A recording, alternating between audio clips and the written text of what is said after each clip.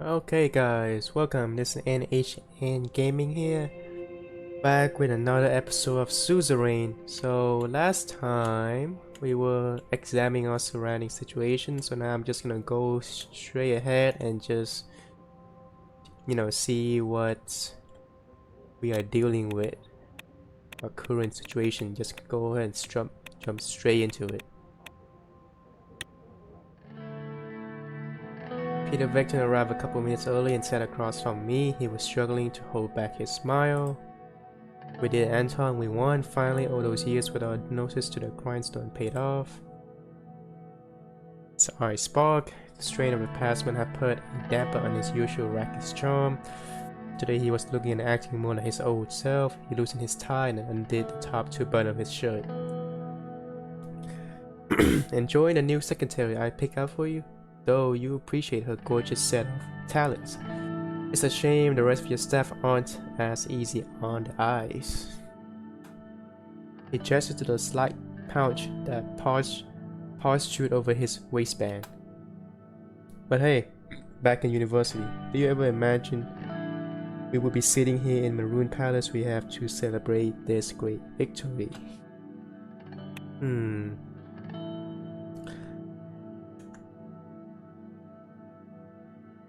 It's not the time to celebrate, Peter. We have work to do. Yes, I agree. We got things to do today. We can let loose at the ball. Let's move on with the meeting. We'll be talking about our political strategy for this term. Lucian and I had a meeting with the party and the reformists. We mostly see eye to eye, but I want to know what you think.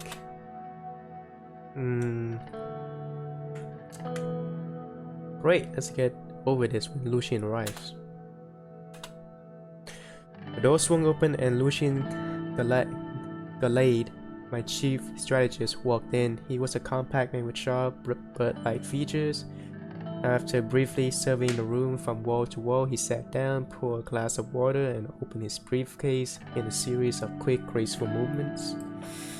Gentlemen, tall case clock in the room struck 3 o'clock. Damn, you are exactly on time. Hello, Peter. Lucian then turned towards me. He very slightly bowed his head. Lucian, how are you? Can't help but be nice. I am ready and able, sir. Lucian spoke in a soft, clipped tones that immediately drew your attention towards what he had to say. Peter and I waited for him to proceed. Let's start by evaluating our current situation. The majority of the Swedish people demand change. They are more concerned about the economy than the constitution, but they blame the system for their problems.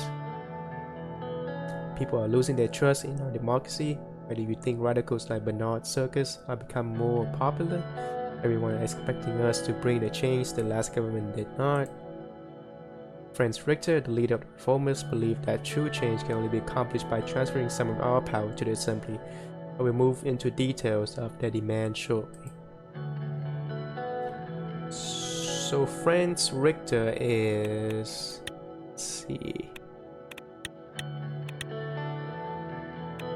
where is he?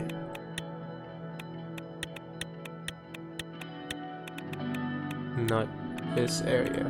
I want to show you guys the assembly, maybe Codex? Nope, not here. Connection, yeah. So Frank Richter, he's the second opposition to us because we are the USP. Because we have 250 seats right now in the assembly, and we hold a majority. Frank Richter is the leader of the opposition, with 70 seats, and then you have the third highest party, the NFP. Casaro Kipner, he's the leader of the NFP.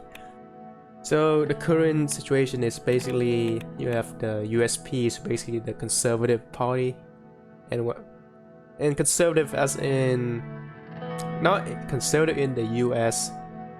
Well, right now the current position of the USP is conservative, similar to the Republican Party stance on most issue, but it's flexible because the USP party is kind of like the uni party, so there's like there's a lot of different branch within the USP. So there's the reformist branch, there's the status quo branch, and then there's the ultra right branch within the USP.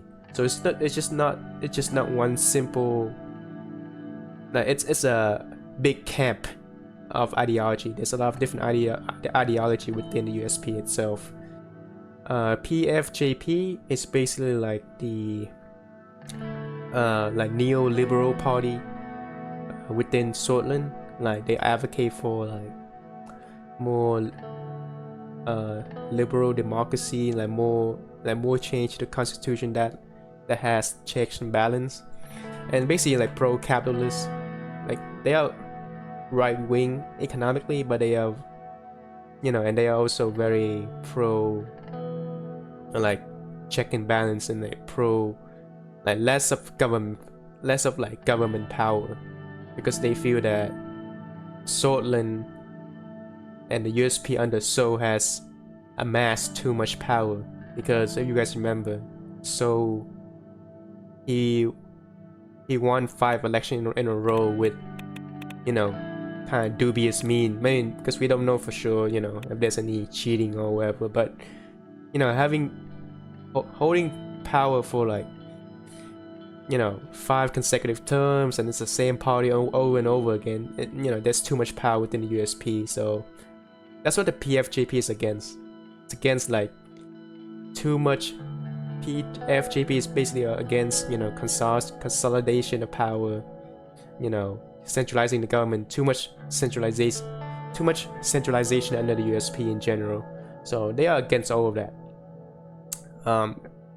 You know, but they are not a one issue party. They, you know, they're a little more complicated than we can dive more into. I can dive more later on in the codex, but yeah. NFP is basically like you could say they're like the fascist party of Scotland, like ultra right, like, you know, like anti-minority rights.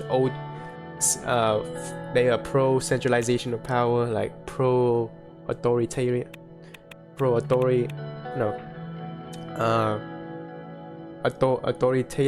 you know, and just overall pretty bad if they were to be in power. So it's Casaro. He's the head lead of the NFP, and like I said before, you know, the USP has a reformist wing.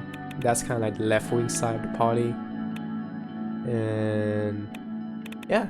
So continue. Let's see. We need to listen to people to serve the country. If we lose power, we won't be to execute the changes we need to make good of the country. Yeah, I agree. Because I'm going for a kind of like democratization run right now. Now, if any of you guys want to do like a more dictator run, like dictatorial power run, then that's just the third option. This is kind of a neutral run, but I'm going with this.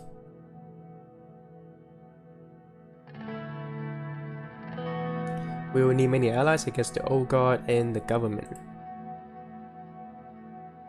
The Old Guard, so yeah, the Old Guard is basically just you know, while Seoul was in, where is it? So the Old Guard is basically, so while Talking Seoul was in power, he made a lot of allies and friends while in the government.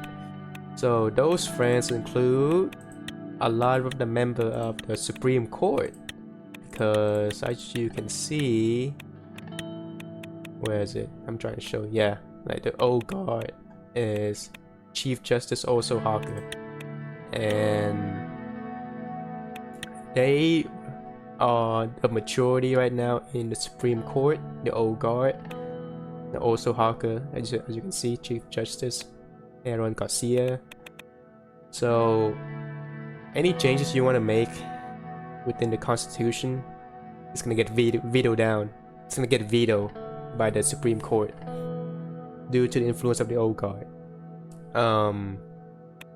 And in the assembly itself, Gloria is also an old guard. I mean, her position may change, but she's basically an old guard right now. Let's see.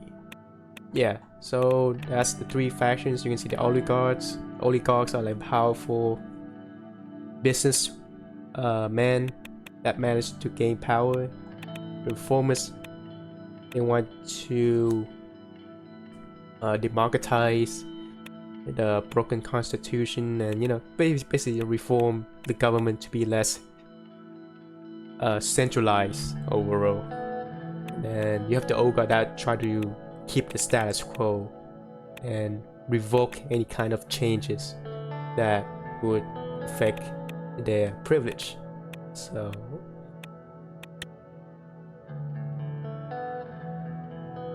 new constitution using a number. While the reformist wing inside our party is still a minority, they could have a tripartisan majority in the assembly, especially if they unite under Franz Richter.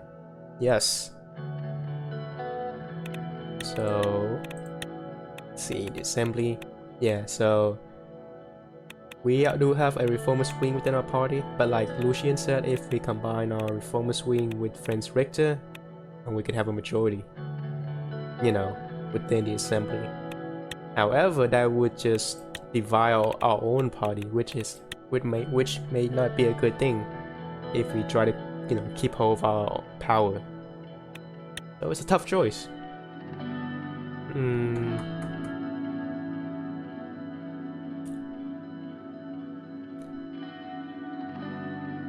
But I do want to sway our party towards a more liberal position overall rather than allying ourselves with Richter, because if we ally ourselves with Richter, then he would get all the benefit with his party and not us. So we can't have a strong divide.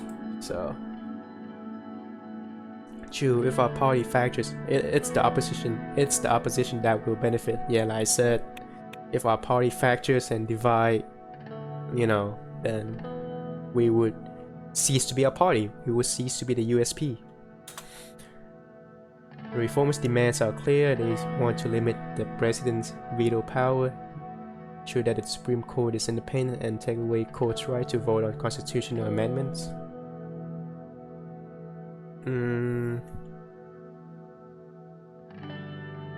Yeah, I do support some of the reformers.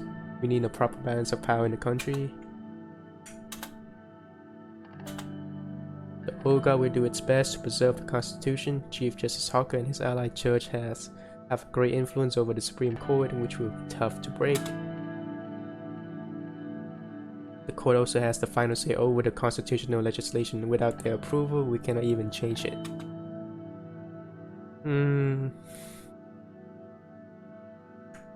Yeah, we must break the power of the Supreme Court one way or another. So yeah, so 1, 2, 3, 4, 5. So I mean, that's long we can sway 3 centrists and 3 reformers. We can pass it. That's all we need. And we need to pass the constitutional change in the assembly. Well, yeah, so it has to pass in the assembly first. Then it's gonna go to the Supreme Court. And if the court doesn't veto it and it passes, then we have a constitutional change.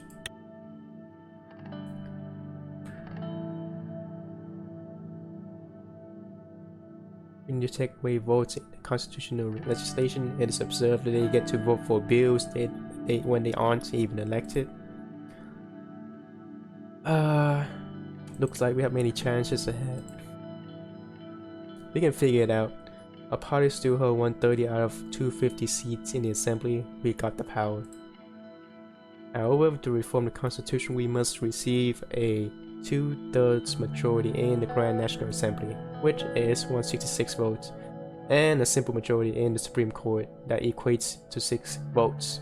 Yep, like I said, 6 votes in the Supreme Court and over 166 votes in the Assembly.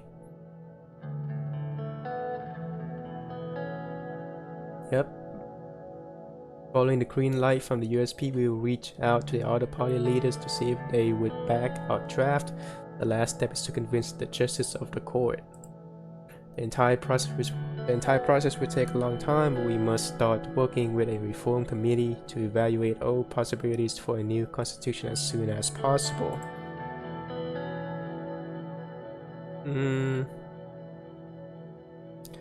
So at this point, this is the most important decision, okay? At this point, this is the most important part of the game, because whatever you pick here will determine what run you will have. And I say again, whatever you pick here will determine what run you will have as the game goes on. Because if you pick this, new constitution should give the president wide-ranging power to lead Solon into the future. It means that this is a dictator run where you will gain a lot of power. Like, most of the power will be with the president, with the executive branch, and less so with the judiciary and legislative branch. So you can make a lot of like radical changes with this run. But I'm not gonna go for this playthrough. The first option is basically we'll write a more democratic constitution with the reformers. So you will try, and this run, basically we will try to reform the government to have a proper check and balance within the assembly. Oops, not this. You know, a more proper check and balance within the assembly. You know, more power to the. With this run, it's basically saying reform the government so the assembly has a say, you know, in running the country, and not, you know, giving more power to the legislative branch and taking away some power from the executive branch, from the presidency. And let's see. Yeah, this run is basically trying to just making sure that, you know, how do I say this? Basically reform the government to be a more democratic process, however that may be.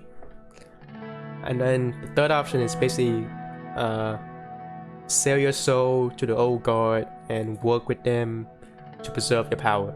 So on the third option, you're basically gonna work with you're basically gonna work with the old guard, you know, with also Harker, with Herson Garcia, you know, and just basically keep the legacy of the third option is basically just keep building on the legacy of Talking Soul. Like, nothing changes, like same thing. But I don't want to do any of this. I want to do one.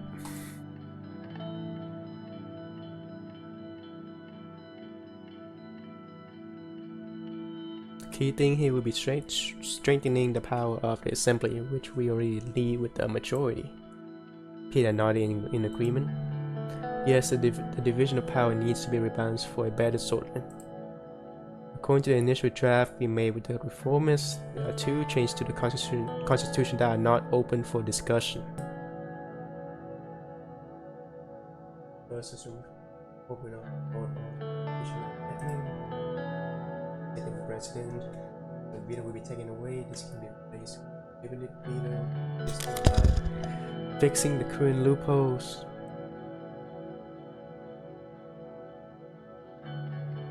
Okay, no problem.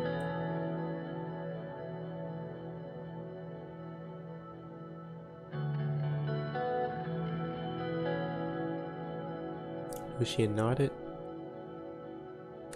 We'll form a reform committee together with all parties and start reaching out to all stakeholders in the assembly and the court for a new constitution.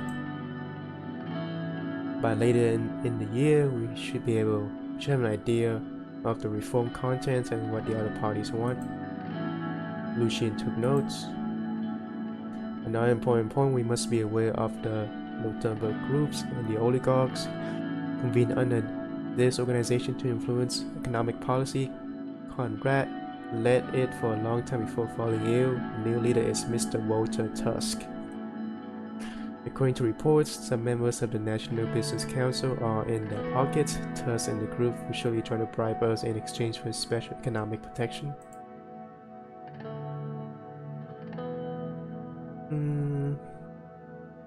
I will enter a dialogue with them eventually, and we need to be diplomatic. Wise approach. It's good to understand and see if we can reach a middle ground. Lucian nodded, look at Peter. As far as I know, Marcel Quaranti has some strong ties to this group. His influence could definitely be an asset for us, but I'm sure he wants something in return.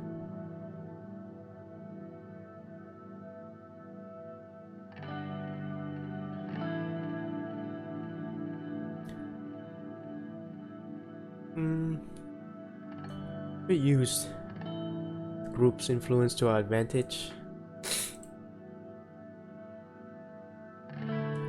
If we can get them to side with us, it all depends on what benefit we can offer and what the leaders want. We need to tread carefully on all sides with all power. Players to survive on our terms. I need to underline the seriousness of the situation. The military and the general staff are powerful elements in the state, and as his storytellers, a dangerous one too. We do have some room to make structural changes by reducing their budget, for example, but it is quite limited.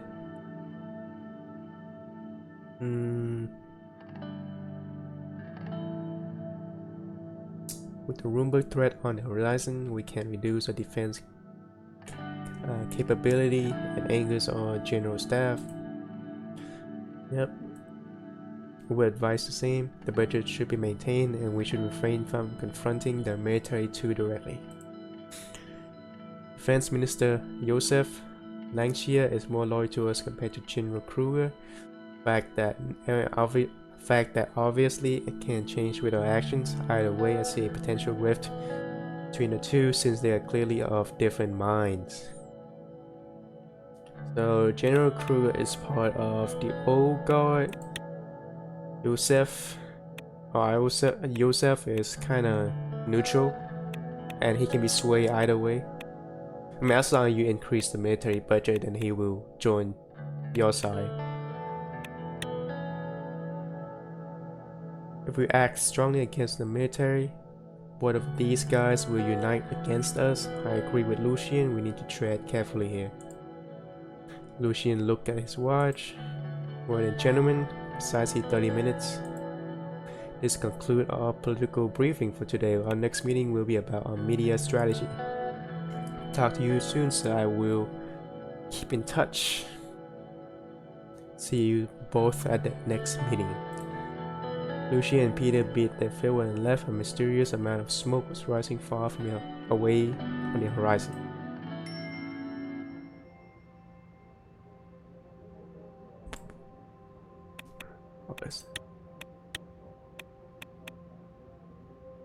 Calling article.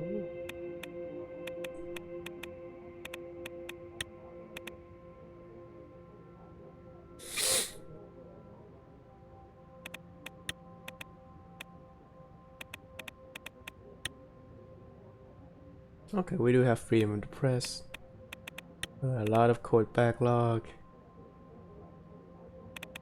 And limited women's right.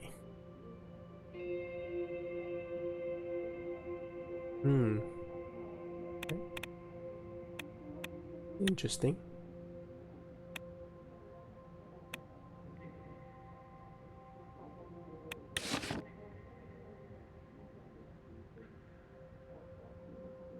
Okay.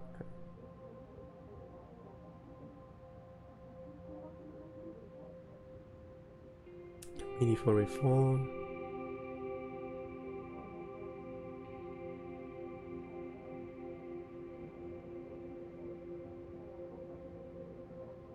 Okay.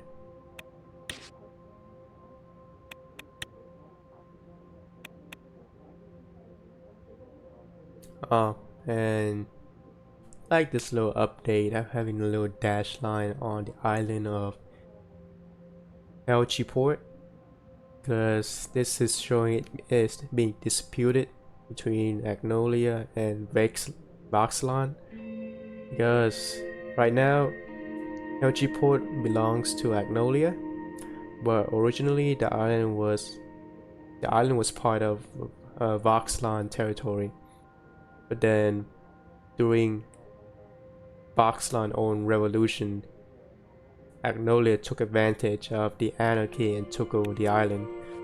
So now Agnolia claimed the island as their own, but of course Vaxlan doesn't like that, because Vaxlan believe this island is theirs. So right now these two countries are having a little dispute over this island, and whoever we side with, it's pretty important on the balance scale, the tip of balance between the two powers, based on us.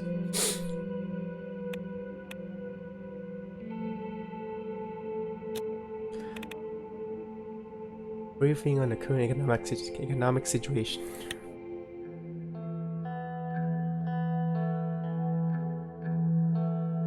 Tourists in the right first, carrying a heavy projector. They stood waited by the door, waiting for the minister to enter. From the hallway, I heard Lydia's gruff voice. She was using the patient, almost motherly tone she often took in heated argument.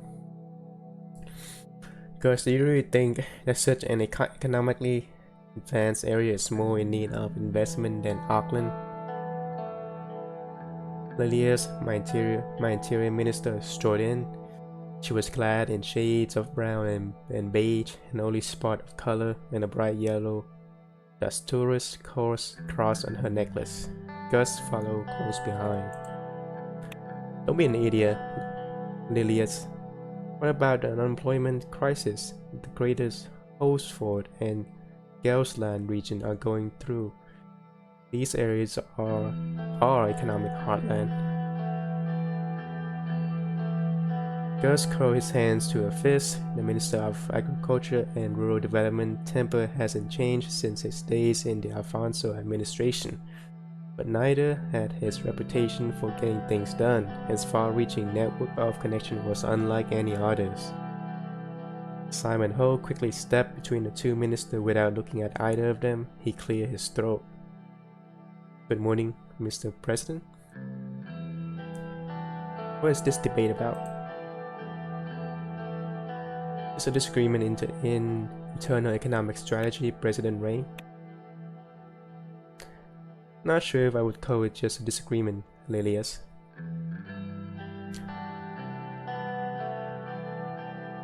Could you enlighten me, Gus? Ms. Graff seeks to focus our economic development in a region where we can't reap the financial benefits. Business leaders are requesting better logistic links in order to contribute to the economy more. A wise idea if your main agenda is to make money instead of developing the region and serving the people. Could you elaborate? Of course, the argument is simple. Agland is our weakest region both in terms of economic and social support. We should support the city of Albury and its respective mayor. How impartial can you really be? Simon was observing the argument. Why are you questioning her impartiality?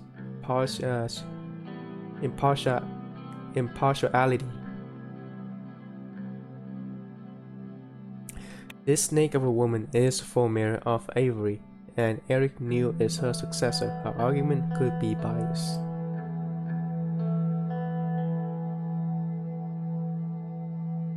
Yeah, Lilias Graff was the previous mayor.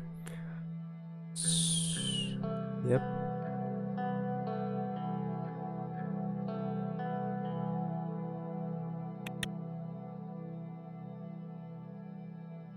Gus there, my argument are proven by simple economic data. Our poorest and least developed region is England.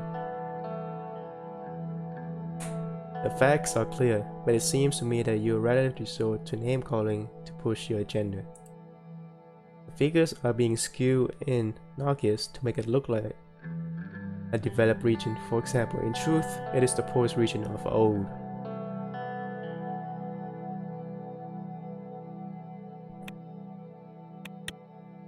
Okay. Simon stepped in. I would like to put a stop to this debate. We will discuss it all calmly and logically. Elias and Gus went silent. Simon pulled a silk handkerchief out of his pocket and briefly wiped his glasses. My staff and I have comprehensively analyzed every aspect of. It was interrupted by a groan from one of the assistants by the door, both of whom were now visibly struggling to hold up the heavy projector. Oh, you can put it there. He pointed below the painting of President So. The assistants placed the projector next to the table and installed a white screen on the wall. Leave now, I mean... Thank you, and please leave now. The assistants left the cabinet room. I was reminded that Simon was never quite had a way with people, but his facility with numbers had made him the most sought-after economic specialist in Suzerain. Simon started looking for his slides. He always carried documentation around with him. Wait. Simon, what happened to the new police station construction in Estoid? While going through his briefcase, he paused for a moment to answer. It got stalled due to government property boundary issues. I have been meaning to look at it. I can take a look at that one. Estoid needs all the security help it can get. Sure, more time for me to spend on analysis. His eyes glittered when he finally found the slide he was looking for. There have been some development about the Suzerain losing further value today. We have been trying to stabilize it with the central bank. The recession of '51 put enormous pressure on the economy, resulting in the collapse of the value of our currency. The entire situation was a significant cause of concern for our administration. What would you like to know about the current economic situation? What's the GDP like? Current GDP is 310 billion Swedish rand, and the national debt is 427 billion. It's still hard to fathom that we lost nearly 150 billion in wealth. The past 3 years were tough. Damn, that's a lot. 150 billion in wealth? So that's like that's like 1/4 of the GDP then. 1/4. Damn. Alright, so what's the unemployment rate and inflation? Unemployment has skyrocketed. It's now at a staggering 16%, and the inflation is at a relative high of 10%. Unemployment is increasing crime and drug use. We need to get the people off the streets, and inflation isn't helping our average citizen either. Now this is weird because inflation usually happens when the economy is growing too fast. But in this case, not only is the economy shrinking, but it's not growing, it's recessing, and unemployment is also rising. So yeah, there's a deadly combo. So I usually it's one way or the other. It's rarely if it's both. That's what I think. What is the status of the recession? The economy has been in recession of about -6% in the past year. The average GDP has dropped from 15,454 per capita to 10,359 from 1951 to now. That's very bad. Very bad. This administration's success depends on our ability to stop the recession. The sooner we can reach GDP growth, the better. I have all the information needed. Let's move on to economic strategy.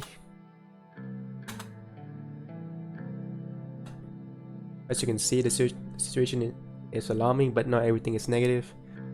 The extensive privatization program of Alfonso and key foreign direct investment left us a large budget surplus which we can use to stabilize the crisis. The primary subject we need to settle on is what general path we will take in our terms. Solonomics-based nationalization happened in the 30s and Alfonso privatization began during the end of the 40s, what will our administration focus on? One of our main promises was to promote a free market economy to stop the recession. To be frank, I believe it is the only way out of the recession. And Lydia's will not support it. Why promote the private sectors when we have qualified state-owned enterprise? Because a lack of competition has made them inefficient. Simon nodded.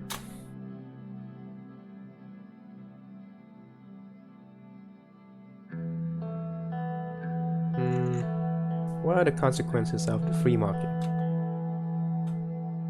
There are not many, but one could say that we are much more likely to be influenced by the world economy.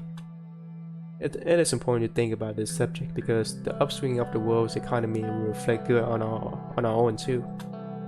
Yes, and when the global economy crashes, we go down with it. Structural problems of Solonomics were going to lead to a recession according to the prediction at the time anyway. Either way, even if we pick one of the doctrines, we retain the option to make economic choice on a case-by-case basis.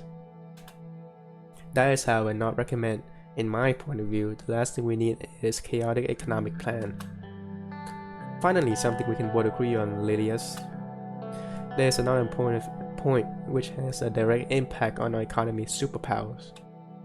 We might have won the election, but I am still against aligning ourselves with any superpowers. Economically speaking, we are much closer to Acacia than United Cantana, so a decision to align to the West makes more sense. We must be very cautious. There are schemes being devised about Swortland. We cannot give in to their wants now or in the future, otherwise our country will turn into a pawn. I want you to reconsider your promise to align with Acacia.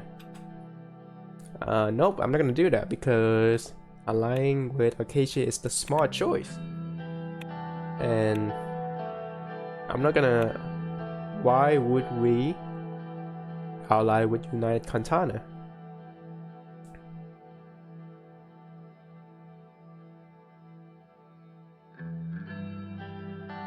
Yep. Exactly, I think it is a very valuable partnership. With the deals, we will be aligning ourselves with a strong country like Acacia. Recession will surely end in no time. In return for what? Swortland's independence? When the time comes, I hope you will make the right decision for our own good. We should attract more foreign direct investment. Mr. President, we saved our country from a full-on depression in 1952 and 1953 by signing lucrative trade deals with nations such as Risia, Lesbia, and Canal.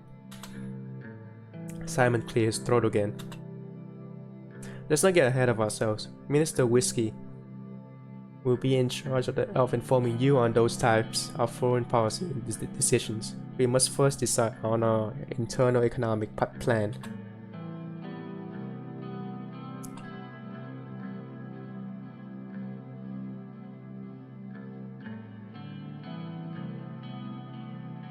It's our long-term economic schedule. Picking a construction company, trade relation, tax reform, and privatization incentive initiatives will be some of them.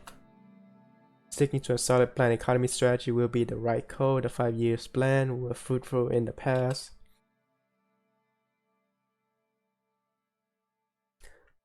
Will the free markets focus bring us stronger allies?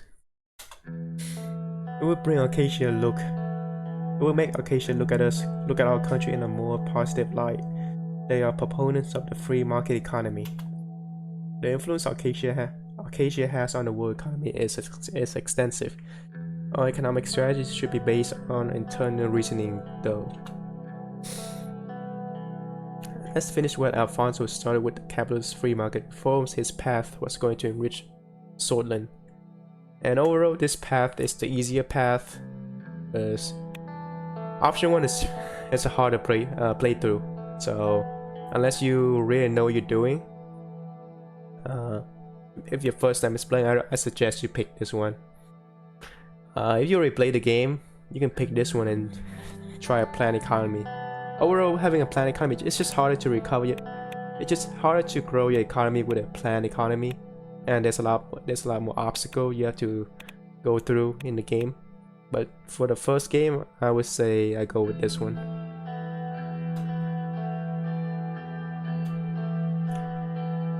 The recession was the direct result of his free market reform. Not necessarily. History must note that the reason for the recession was because able Alfonso was betrayed by his party. That is not true. There were plenty of times for him to do it. If you can't make change happen in 2 years, then you are at fault. Let's move on to the conclusion. What are your final thoughts, Mr. President?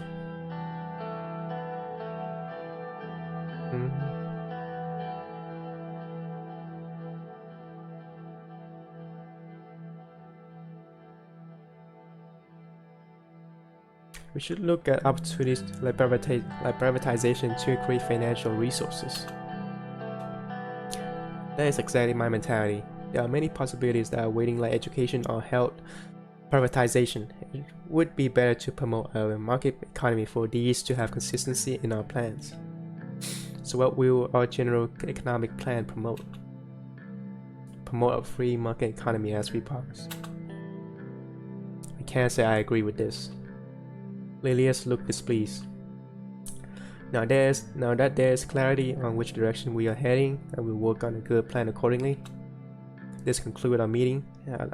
At our next gathering, we will talk about the upcoming infrastructure investment plan. Now that the economic direction was taken, the ministers dispersed for lunch at the Maroon Palace.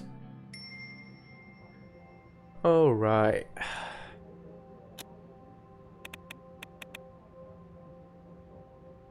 So that was a lot of reading, and I need to drink some water. And I think this is a good part to end the video. So yeah, guys, I'm gonna see you guys on the next episode. Probably by next episode, we're gonna deal with meeting on media strategy. So look forward to that. All right, guys. See you guys later.